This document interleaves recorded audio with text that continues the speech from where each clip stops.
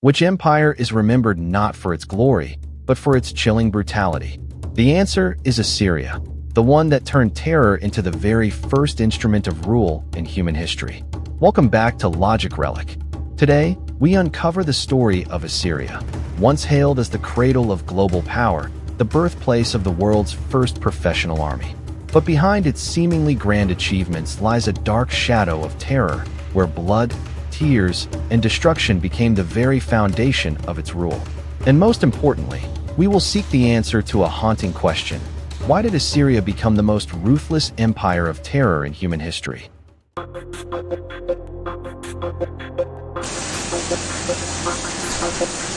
Chapter 1. The Origins of a Bloodthirsty Empire. The Assyrians, a Semitic people, originated from the Arabian Peninsula. Thousands of years ago, this region was not the arid desert we know today, but a fertile steppe.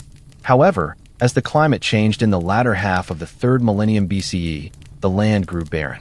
Great migrations began, pushing Semitic tribes to abandon their homeland and move northward. Some groups settled in Sinai, Palestine, and the Levant. Others ventured into Mesopotamia, blending with the Sumerians to form the Akkadian community. From this land, a Semitic branch laid the foundation for Assyria, an empire later remembered not only for its power, but also for its unparalleled cruelty. Along the middle Tigris River, the first cities of the Proto-Assyrians emerged: Ashur, Nineveh, and Arbela. Initially, these were mere vassals of southern powers like Sargon the Great or Hammurabi. But their geographic position turned Ashur into a vital commercial hub, linking Mesopotamia with Anatolia. Merchants here traded lapis lazuli, tin, copper, timber, gold, and silver, amassing wealth rapidly. By the 19th century BCE, Ashur was strong enough to gain independence from Babylon. However, what made Assyria unique, and sowed the seeds of its bloodthirsty nature, was not just commerce. The city of Ashur was named after their supreme god, Ashur. In Mesopotamia, each city had its own patron deity, but for the Assyrians, this connection went far beyond. Ashur was not only a city and a god, but the very soul of the stone it was built upon. The people believed Ashur was not merely a protector. He was the embodiment of war, glory, and destruction. Politically, the Assyrians did not yet have a kingdom in the traditional sense. To them, the true king was Ashur himself. The human ruler was merely his representative, with power limited by a council of elders and the limu officials, elected annually to oversee finances and control political decisions. This system reveals something unique. From the very beginning, Assyria tied its authority to a warlike deity, viewing violence as the supreme will that humanity must obey. This religious foundation shaped their entire history. For the Assyrians, every war was a divine command, every conquered territory an extension of Ashur, and every slain enemy a sacrifice to this bloodthirsty god. Thus, from its humble beginnings as a small city-state on the Tigris, Assyria nurtured a terrifying philosophy: to survive by blood and rise through violence. Chapter 2. From city-state to brutal nation. After a prosperous period driven by trade, Assyria entered a decline. Trade routes through Anatolia collapsed due to wars, colonies like Karam-Kanesh were destroyed, and Ashur lost its economic prominence. The city-state quickly fell under the control of greater powers: Babylon, the Hittites, and later Mitanni. For centuries, Assyria existed as a monitored vassal, its fortifications dismantled, its city council overseen by Mitanni observers. Yet, in this period of oppression, Assyria absorbed new military technologies: light chariots, composite bows, and lamella armor. These were not just technical advancements, but tools for their resurgence.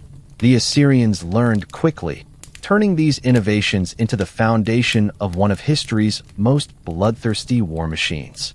By the 15th century BCE, King Ashur-bel-nisheshu challenged Mitanni directly by rebuilding the city walls. Though this act was tantamount to a declaration of war, Mitanni, preoccupied with internal conflicts, could not respond forcefully. Later, Ashurballit went further. He expelled Mitanni's envoys, declared himself king, and sought an alliance with Egypt, Mitanni's enemy. This marked a pivotal moment. Assyria transformed from a dependent city-state into an independent kingdom, ready to enter an era of expansion. Alongside this rise came a shift in ideology.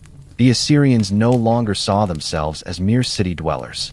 They began to identify as a territorial nation, Mad Ashur, the land of Ashur. This was a turning point. Assyria became a political military entity where war was not a choice, but a sacred mission. Their religion also grew more extreme. Ashur evolved from a patron deity into the supreme god above all others.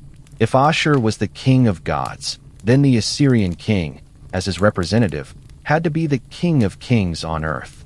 This meant every conquest was a divine mandate, and any resistance against Assyria was blasphemy, deserving punishment by blood. From here, Assyria's brutal nature took shape. A nation whose existence revolved around expansion through force, ruled by terror, and saw war as the only tool to fulfill divine will. Assyria's rise was not just the revival of a city-state. It was the birth of the most ruthless empire in human history. Chapter 3: The Rise and Terrorist Nature of Assyria. Upon regaining independence, Assyria was no longer a mere city-state. They carried a new ideology: expand through war, rule through terror. Assyrian kings were not just worldly rulers, but representatives of Ashur, the supreme war god. To the Assyrians, every war was a religious ritual, every slain enemy a sacrifice to the divine. Assyria launched conquests against Mitanni and expanded its territory. The early peak came under Tiglath-Pileser I, who defeated Babylon and extended Assyrian power further than ever before.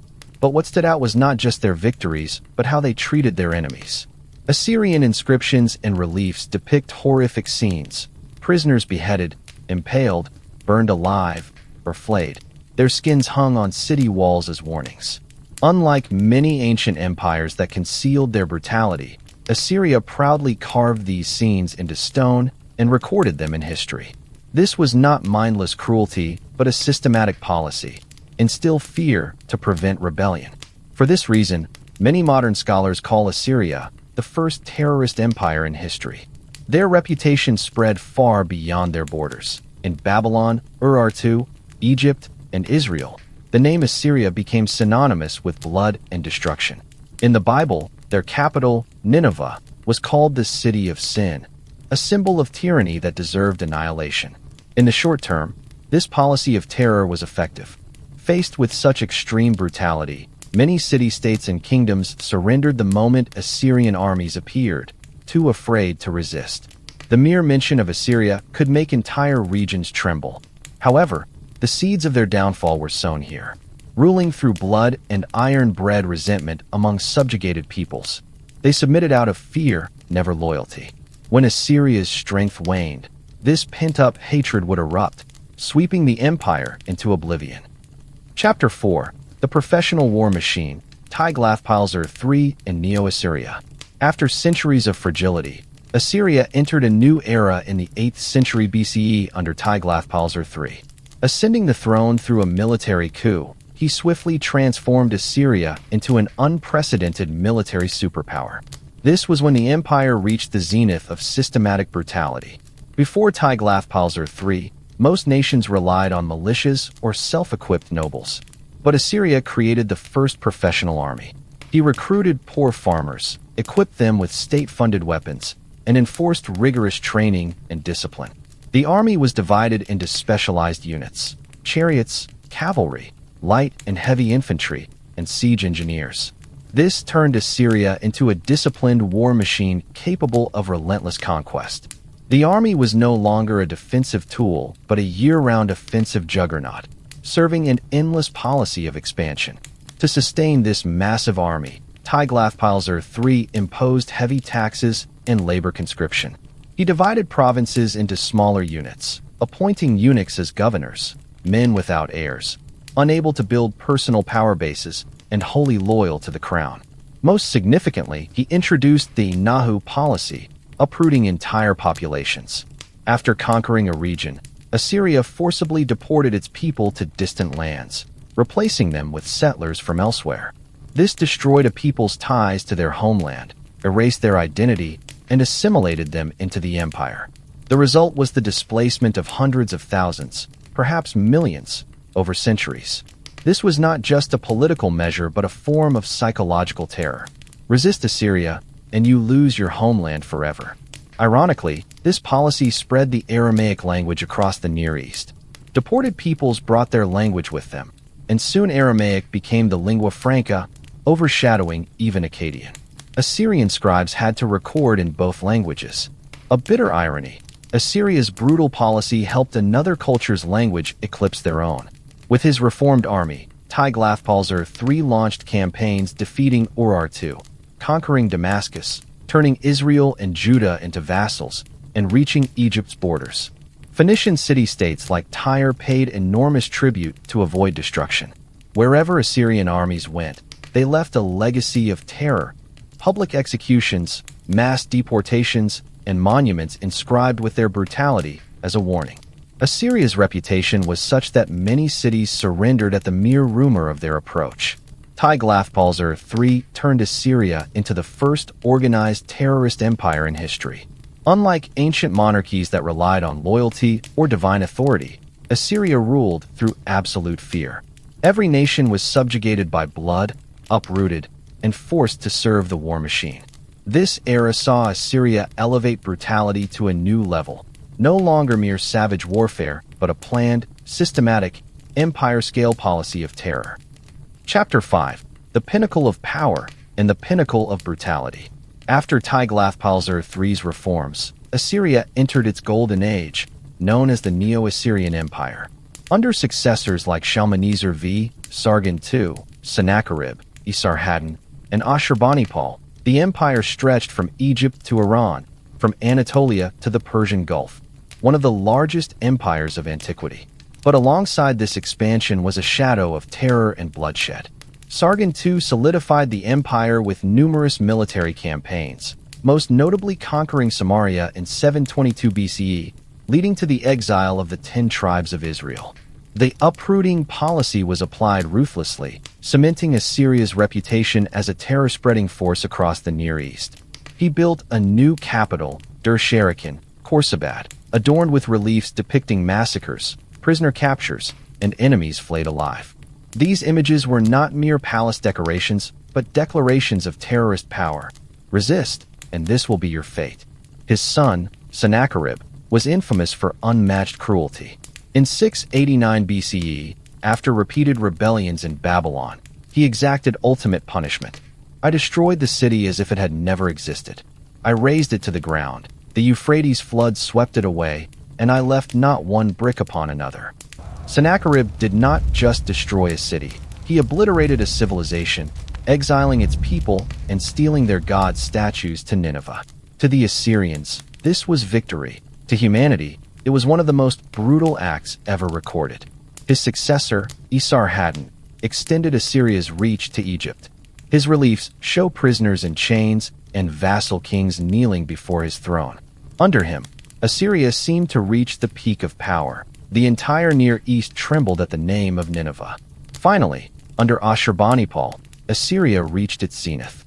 Known as a learned king, he established the Library of Nineveh, preserving thousands of cuneiform and Aramaic texts.